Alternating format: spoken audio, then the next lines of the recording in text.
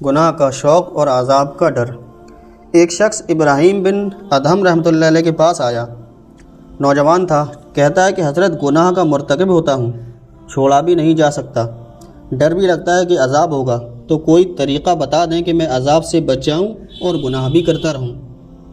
اللہ والے بڑے دانہ بینا ہوتے ہیں، دھکے نہیں دیتے، وہ محبت و پیار سے بات سمجھاتے ہیں، دل میں اتارتے ہیں۔ حضرت نے فرمایا کہ ہاں میں تجھے طریقہ بتاتا ہوں۔ وہ بڑا خوش ہو گیا، بات سننے کے موڈ میں آ گیا، کہنے لگا کہ حضرت وہ کون سا طریقہ ہے میں گناہ بھی کرتا رہوں اور میں عذاب و سزا سے بھی بچ جاؤں؟ آپ نے فرمایا کہ بھائی پہلی تجویز تو یہ ہے کہ اگر گناہ کرنا ہی ہے تو اللہ رب العزت کی نگاہوں سے اوجھل ہو کر لیا کرو۔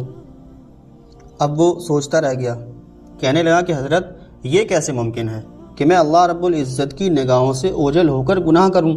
یہ تو ممکن ہی نہیں۔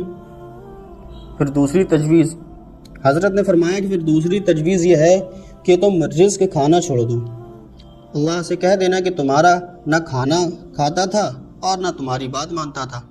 اس نے کہا حضرت یہ کیسے ممکن ہے کہ میں کھانا چھوڑ دوں، میں پھر زندہ کیسے رہوں گا؟ تیسری تجویز، حضرت نے فرمایا پھر تیسری تجویز پیش کرتا ہوں کہ وہ یہ کہ زمین اور آسمان اللہ رب العزت کا ملک ہے، اسی کا ملک ہے اور بادشاہ کی نافرمانی اس کے ملک میں رہ کر کرنا یہ ٹھیک نہیں ہے، لہذا اس سے باہر نکل کر نافرمانی کرنا۔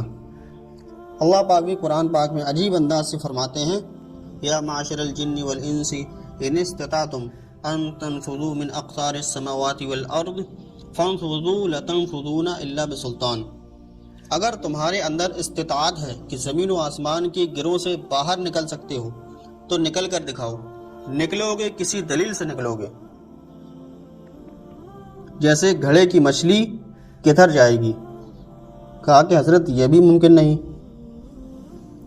چوتھی تجویز، فرمانے لگے کہ اچھا پھر ایک طریقہ اور بتاتا ہوں، وہ یہ کہ جب ملک الموت آئیں روح قبض کرنے کے لیے تو انہیں کہہ دینا کہ تھوڑا انتظار کر لو۔ میں نے کہا حضرت وہاں تو انتظار کا تصور ہی نہیں۔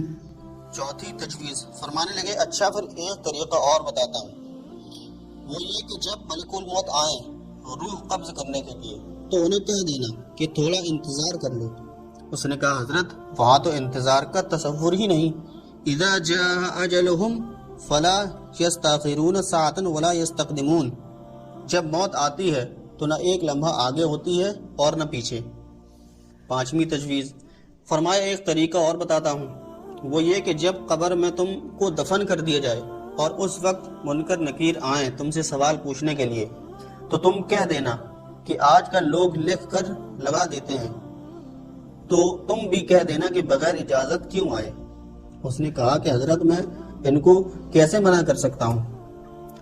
چھٹی تجویز، فرمانے لگے اچھا بھائی ایک اور تجویز بتاتا ہوں، وہ یہ کہ جب قیامت کے دن تمہارے برے عملوں کو کھولا جائے گا اور پروردگار عالم فرشتوں کو حکم دیں گے کہ اس کو گھسیٹ کر تم جہنم میں ڈال دو، تو اس وقت تم ضد کر کے کھڑے ہو جانا کہ میں تو نہیں جانا۔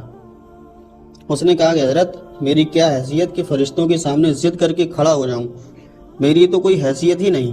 اب لوہا گرم تھا اور چوٹ لگانے کا وقت تھا۔ حضرت نے فرمایا کہ اے بھائی جب تیری حیثیت ہی کوئی نہیں تو اتنے بڑے پروردگار کی نافرمانی کیوں کرتا ہے؟ کہنے لگا حضرت آج سے میں گناہوں سے توبہ کرتا ہوں اور آج کے بعد وعدہ کرتا ہوں کہ اپنے اللہ کی نافرمانی نہیں کروں گا۔ تو ہم کو چاہیے کہ ہم گناہوں سے بچیں اور پروردگار عالم کے حکموں کے مطابق زندگی گزاریں۔